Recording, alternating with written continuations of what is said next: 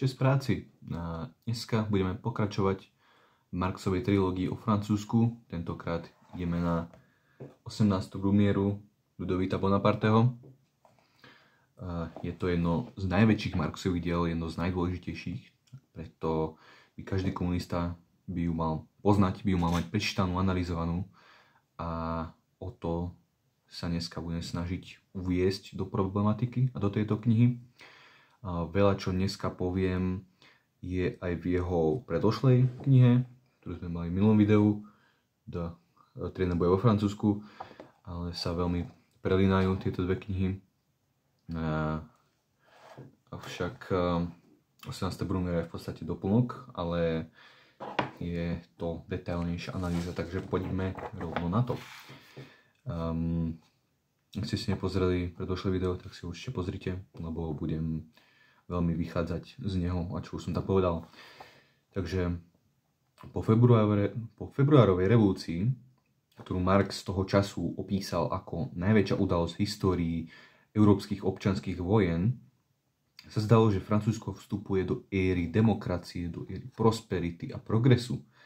Ale len 3,5 roka na to bola mladúčka druhá francúzska republika 2.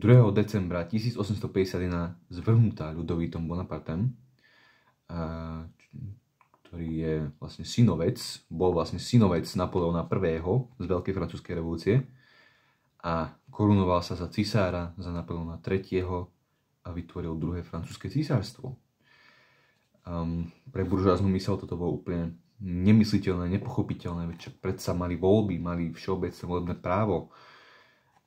Bolo to ako blesk z jasného neba. Začali si to vysvetľovať dvoma spôsobmi. To je, že históriu tvoria veľkí muži ako Ludovít Bonaparte, alebo že Francúzsko má proste autokratickú kultúru a nie je pripravené pre demokraciu, pre civilizáciu. Ale my, čo ovládame dialektiku a historický materializmus, vieme, že čo za tým skutočne bolo. Že toto obdobie je opäť extrémne významné pre nás a tak si ho musíme rozobrať a analyzovať spolu s jeho procesmi a kde revolucionári tedajší francúzsky urobili chyby a čomu sa my musíme vyvarovať.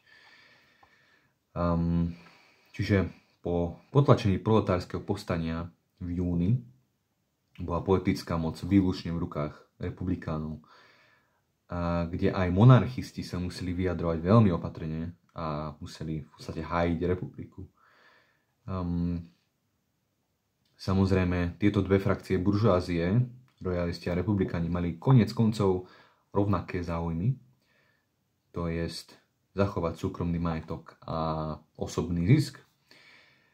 Ale to sa odrazilo na činoch republiky, kde napríklad bola odmietnutá daň z hypotéky, bola znovu zavedená basa za dlhy, bol zrušený 10-hodinový pracovný deň, čo bol vtedy jeden z najväčších výdobytkov revolúcie. Veľmi progresívne pre vtedajších pracujúcich. A celý čas mal buržoázia, tí mali farmári, roľníci, mali obchodníci sa stranili s buržoáziou, proti proletariátu. Samozrejme áno, zachovali vlastnícke vzťahy, zachovali si svoju pôdu, svoje poličko, svoj obchodík, ale sa vrátili z ulice, sa vrátili z protestu, ale stále bankrotovali, stále krachovali, stále trpeli rozličné dane, stále čelili konkurencii veľkokapitálu. Takže po júni, keď potlačili proletariát, zistili, že sú voči bankám a kapitalistom bezbranní. Republika taktiež pochovala progresívnu daň, ktorá je stále v rámci kapitalizmu, ale progresívna daň by znížila by štátny deficit, aby uľavila drvivej väčšine populácie, tých malých farmárov a roľníkov, aby uzemnili veľkokapitál, aby ho skrotili, aby si vybudovali veľkú lojalitu u značnej časti populácie, ale toto neurobili. Kavajňák, čo bol niečo ako ekvivalent premiéra, dosadil na ministerstva dvoch royalistických ministrov Ľudovíta Filipa z tej monarchie, kde vládla finančná aristokracia, finančná buržoázia. Taktiež bola znovu zavedená neodvolateľnosť sudcov a tak ďalej. A vidíme teda, že republikáni sú čím ďalej tým viac nútení zrádzať ich ideály a ich vlastné slogany, len preto, aby skrotili masy. Samozrejme, aby zachovali súkromné vlastníctvo. Nevedeli to, ale už splnili svoju historickú úlohu a onedlho budú zosadení. To historickú úlohu myslím samozrejme poraziť proletariát. Druhá republika bola protikladná. Dala masám politickú moc, ale zakázala im uplatniť svoje záujmy. A taktiež upevnila pánstvo buržoázie, ale zamotala ju do kaďakých demokratických formalitiek a do úradov a do ústav a tak ďalej. Aby sa stabilizovali 23. októbra 1848 vytvárajú ústavu a vzniká post prezidenta. Cieľ tohto kroku bol limitovať masy a vytvoriť medzi nimi ilúziu v ústavu, v zákon, v osobu prezidenta. Ale týmto sa pochovali, pretože Kavajňák vo voľbách prehral voči Ľudovítovi Napoleonovi v pomere 1:6 vo voľbách 10. decembra. Bolo to v podstate povstanie roľníkov, pretože Ľudovít Bonaparte, Napoleon, slúbil, že skrotí veľkokapitál, slúbil to roľníkom, proletariát v ňom zase videl pád republikánov, ktorí ich potlačili. Keďže Napoleon bol v čase júnového povstania ešte v exíle, a teda nebol s júnovým povstaním a s jeho potlačením spájaný. A pre veľkokapitál predstavoval koniec politickej moci proletariátu a más. A taktiež armáda bola iba rada, keď ich Napoleon vtiahol do nejakej opäť tupej, bezvýznamnej vojny. Hlavne bol zvolený roľníkmi, ktorí neznášali republiku. Roľníci podľa Marxa reprezentujú barbarstvo vnútri civilizácie. Ale musíme si povedať jednu veľmi dôležitú vec. A teda, prečo vôbec bol teda zvolený? Či to boli iba nejaké demagógie, alebo aké iné liberálne dôvody si môžeme uviesť. Nebol zvolený preto, lebo bol nejaký génius, alebo nejako zvlášť inteligentný, alebo že by bol nejaký šarmantný, alebo že by mal nejaký úplne skvelý program. Ale naopak, pretože bol nudný, bol neinteligentný, bol jednoduchý, robil unáhlené, nerozmyslené činy.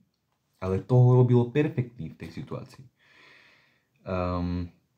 Nechal sa unášať prúdom, bez otázok vykonal, bez hlbšej myšlienky vykonal požiadavky súčasnej situácie. Čiže si každá spoločenská trieda v ňom niečo našla. A to isté so všetkými ostatnými bonapartistami, typu Stalin, Putin, Pinochet. Samotný termín bonapartizmus, ktorý my, marxisti, používame, je teda odvodený od Ľudovíta Bonaparteho, kde teda bonapartistická vláda vzniká, keď v revolučnej situácii buržázia nevie obnoviť poriadok bežnými spôsobmi a proletariát sa nevie chopiť moci. Je teda nerozhodná situácia dlho. A tak teda sa štát, a teda nástroj terénneho útlaku sa dočasne poznesie nad samotnú spoločnosť a pod silným vodcom vie klepnúť po prstom aj buržoázii, aj pracujúcim, a samozrejme vo finále udržiava buržoázny majetok, poriadok, náboženstvo a tradície, čiže buržoáznu spoločnosť. Nie preto, že bonapartistu vo finále financuje buržoázia a ovláda ho pomocou armádnych, aristokratických a rodinných vzťahov a tak ďalej. Čiže Napoleon dovtedy vláda republikánov bola vláda meču nad pracujúcimi.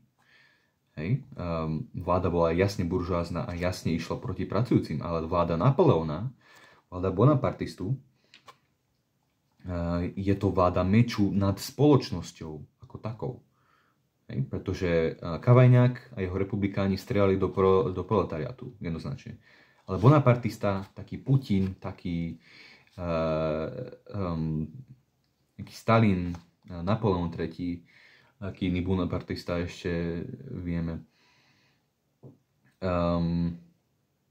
On strieľa aj do liberálov, aj do pracujúcich, aj do roľníkov, aj do svojich oligarchov niekedy, keď ich treba uzemniť, keď si moc dovoluje. Napríklad v Číne dnešnej, keď zmizne nejaký miliardár, tak, alebo nejaký stranický byrokrat, tak je to oslavované, že socializmus skutočný krotí týchto súkromníkov. A vo skutočnosti je to iba čistka členov vládnucej triedy, ktorí si moc dovolujú, ktorí dávajú svoje vlastné záujmy nad záujmy kolektívnej buržoázie. Čiže toto je charakteristika bonapartistickej vlády. A dnešná súčasná Čína je príklad veľmi dobrý. Bonapartistická vláda je kvalitatívne vyššia, čo sa týka čistej reakčnosti, ako pravicoví demagógovia a dobrodruhovia typu Orbán alebo Trump, ale kvalitatívne nižšie ako fašizmus, čo je úplne nukleárne opatrenie pre buržoáziu. Pod fašistickým režimom buržoázia kompletne stráca politickú moc za cenu toho, že bude hnutie pracujúcich zničený. Ale to je fakt, že krajná situácia a vždycky radšej použijú bonapartistu.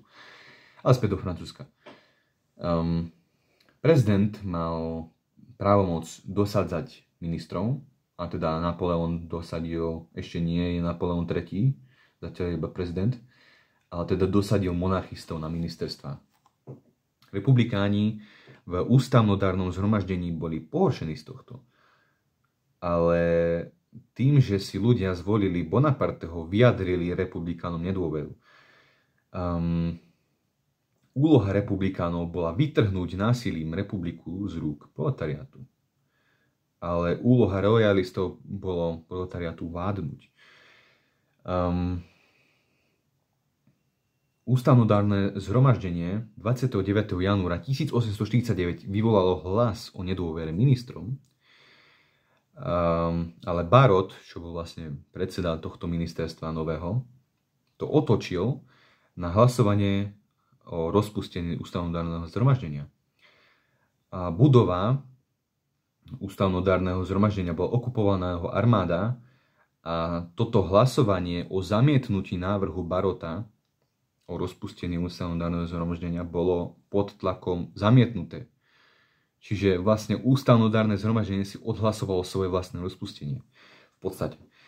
Ďalšia kríza nastala 21. marca, kde sa hlasovalo o obmedzení práva na zhromažďovanie, čo s pomocou umiernených republikánov prešlo, napriek tomu, že to bolo porušenie ústavy. Čiže sa obmedzili tzv. Kluby, kde sa vlastne zhromažďovali a diskutovali robotníci a rolníci. Tieto kluby existovali aj počas Veľkej francúzskej revolúcie a bola úplne základná jednotka povstalcov, organizačná. Čiže to bol jasný odkaz od republiky, že môžu sa zhromažďovať iba priatelia buržoázie. Krajní republikáni kvôli tomuto vyšli do ulic, ale samozrejme nikoho nezaujímali, stále používali tie frázičky o bratstve, o slobode, ktorým už nikto neveril a odmietali sa spojiť s proletariátom. A 26. mája 1849 boli republikáni úplne zlomení, tým, že bolo rozpustené ústavnodarné zhromaždenie. A takto republikáni končia na politickej scéne. Nie definitívne, ale odtiaľ to už boli celkom nepodstatní. Po júnovom povstaní, vráťme sa trochu naspäť, sa politika rozdelila na 3 strany Francúzska. Na priateľov ústavy, čo boli republikáni, a na stranu poriadku, čo boli royalisti, ktorí mali obrovské zdroje a vplyv, akože najviac zdrojov a najväčší vplyv zo všetkých reakčných strán v Európe. A na červených, na sociálno-demokratickú stranu novú, ktorá vznikla vo februári 1849. Sociálne demokrati títo boli ešte veľmi mladá a celkom primitívna strana, alebo to kolosálny pokrok pre pracujúcich, pretože si vytvorili sami a z vlastnej iniciatívy a prirodzene svoju vlastnú centralizovanú politickú stranu s jedným spoločným programom. A toto je veľká facka pre anarchistov a pre syndikalistov a pre ľavicových komunistov a tak ďalej, všetci tí, čo odmietajú politické strany a nejakú centralizovanú politickú organizáciu. Pretože takto toto nie je žiadny Leninov, Trockého vymysel autoritársky, bolševický, ale je to prirodzený vývin hnutia pracujúcich mať politickú stranu, jednu centralizovanú. Sociálne demokrati úplne zavrhli tie republikánske ilúzie a slogany a vyťahli podstatu veci, triedny boj. V čase, kedy boli výdobytky republiky každý deň zdierané a ohrozované. Ale porážkou revolučného proletariatu prešlo vedenie strany ku slabším individuálom. Na demokratov, na kaďakých maloburžanských reformistov, na utopistov, na parlamentaristov, čo my dneska veľmi dobre poznáme, keď sa dívam na eurovoľby.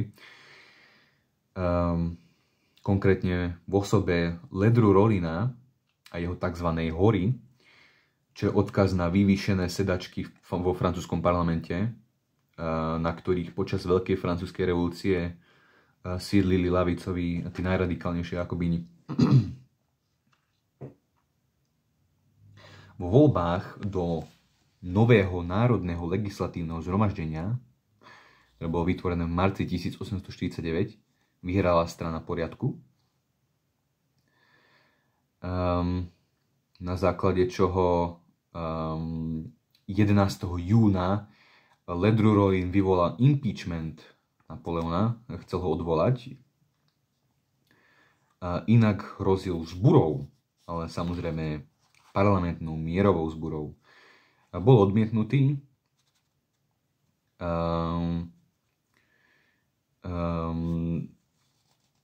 Týmto vlastne on chcel, aby jeho hora prevzala moc bez revolučného proletariatu. Reprezentanti proletárskych klubov ho urgovali, nech povstane za ozbrojené povstanie.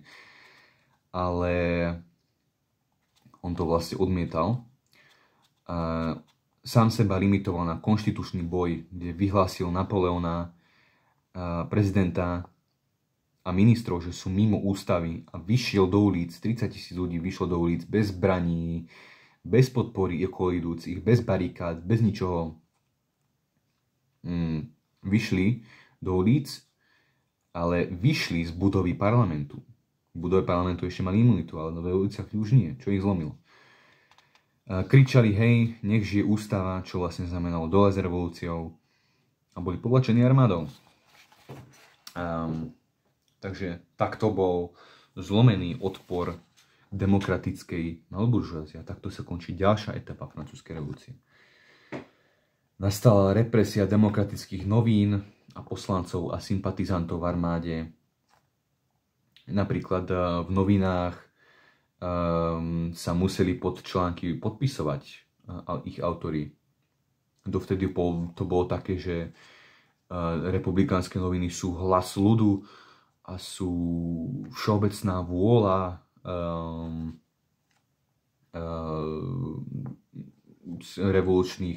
revolučného ľudu, ale takto bol zredukovaný na hlas pár intelektuálov, že sa museli podpisovať. Taktiež bolo zavedené, že za každé noviny sa muselo platiť vláde, čo vlastne zbankrotovalo veľa revolučných novín, proletárskych a tak ďalej. A samozrejme vypukla epidémia royalistických sentimentov. Dokonca na výročie bitky pri Waterloo, kde bol porazený Napoleon I posledný krát, jeden poslanec strany Poriadku vyhlásil, že sa viac bojí návratu revolucionárov z exilu ako pruskej invázie, nemeckej invázie. Ale stredom augusta sa situácia trochu ukludnila a opäť sa začala posúvať doľava a začali byť roztržky medzi royalistami, medzi stranou práce, stranou Poriadku a prezidentom Bonapartem, kde royalisti chceli za prezidenta takého neutrálneho človeka, ale Ludovít Napoleon chcel viac moci pre seba, kde týmto chaosom naberal viac moci. Tak Napoleon rozpustil Barotové ministerstvo a zriadil Hautpolové ministerstvo a na ministerstvo financií dal vyslovene burzára, vyslovene finančníka Folda, čím v podstate obnovil diktatúru finančnej aristokracie. Ako sme si povedali, industrialisti, priemyselná buržoázia nechce, sa im nepáči diktatúra finančníkov, ale tak po skúsenosti revolúcií už budú tolerovať tých finančníkov, ako keby ich mal proletariát úplne vyvlastniť. Uvalili nové dane na roľníkov, napríklad daň zo soli, daň z vína, čo ich zblížilo s proletariátom. Zaviedli nové školské zákony, kde bol teda kladený dôraz na náboženskú výchovu a na tie opíjačky.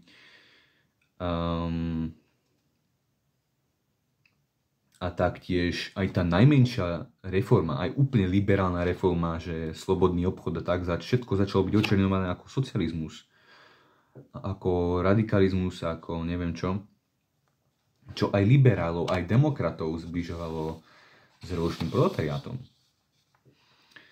A samotné vedenie sociálno-demokratickej strany bolo pomaličky, ustupovalo, tí reformisti opäť ustupovali revolucionárom. Kde teda armáda sa snažila vyprovokovať povstanie, ale proletariát sa nedal vyprovokovať, pretože nechcel povstanie, ale pripravoval celú revolúciu. V lokálnych komunálnych voľbách v roku 1850, 10. marca, začali červení vyhrávať, hlavne v Paríži a aj v tradične royalistických inštitúciách a regiónoch, čo bol obrovské víťazstvo po všetkých doterajších porážkach. Ale všetko vyzeralo súdne, ale bol tu jeden maličký, veľký zádrhel. A to jest, že na prelome rokov 1849 až 50 ekonomická kríza ustúpila. Aj parížskému priemyslu, hlavne bavlne, sa začal opäť dariť, zvýšil sa export a import do Mexika, do Španielska, vznikali nové firmy, aj bankám sa darilo, bolo plné zamestnanie. Roľníci síce boli stále zbedačovaní, ale roľníci sú neschopní vlastnej iniciatívy historickej, sú moc rozdrobení a moc si hľadia svojich vlastných individuálnych záujmov, svojho vlastného políčka, svojho vlastného obchodíku. Je teda nová revolúcia, vždy príde s novou krízou, ale zatiaľ však boli vyprovokované nové voľby 28. apríla, čo znížilo napätie spolu s dobrou ekonomikou. Znovu sa vynorili tieto ilúzie v mierovú zmenu a v reformy a podobne. Čo teda umožnilo reakcionárov ísť na ofenzívu a 31. mája 1850 bolo zrušené všeobecné volebné právo. kde teda červení ledva protestovali, lebo oni verili, že v nové prezidentské voľby, ktoré majú byť v roku 1852, vyhrajú, pretože podľa ústavy prezident nemôže byť zvolený viac ako raz. Takže tak vidíme, že teda bolo tam veľa faktorov samozrejme, ale rozhodujúci faktor, prečo sa neudiala revolúcia a prečo nebolo zvrhnutý parlament a diktatúra buržázie, je, lebo sa ekonomika zotavila. Je tento materiálny faktor. Takže tak. Takže spolu so zrušením volebného práva všeobecného boli zavedené iné opatrenia proti slobode slova a podobne a revolučná situácia bola premeškaná. Takže vidíme, že porážka revolučnej strany, ako aj jej vzostup počiatočný, bol všetko v materiálnej základni Francúzska. Prezidentské voľby nové však boli úplne nedopustiteľné, pretože to by viedlo k stretu revolucionárov a k stretu lojalistov voči režimu. By došlo k revolúcii. Tak teda si Napoleon začína viac dovoľovať. Vytvoril tzv. Spoločnosť 10. decembra, čo bol vlastne lumpenprolecký gang, gang tých nezamestnaných,